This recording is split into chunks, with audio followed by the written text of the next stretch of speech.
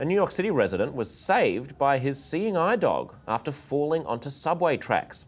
The New York Post is reporting that 60-year-old Cecil Williams was heading uptown for a dentist appointment on Wednesday morning when he fainted on a subway platform and landed on the tracks below.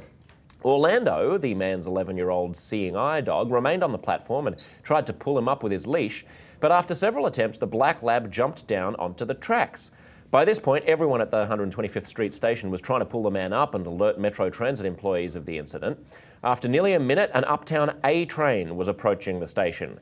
According to witnesses, both Williams and Orlando laid down flat between the tracks and miraculously survived the ordeal. Williams, who escaped with only a minor injury to his head, told the Associated Press, quote, "The dog saved my life. I'm feeling amazed. I feel that God, the powers that be, having something in store for me. They didn't take me away this time. I'm here for a reason." Not sure what God has against anyone else who happened to die that day, but kudos to the dog Orlando all the same. Williams is the second person to fall onto the tracks this week. This past Saturday, a 51-year-old fell on the tracks and, like Williams, survived by staying between the rails.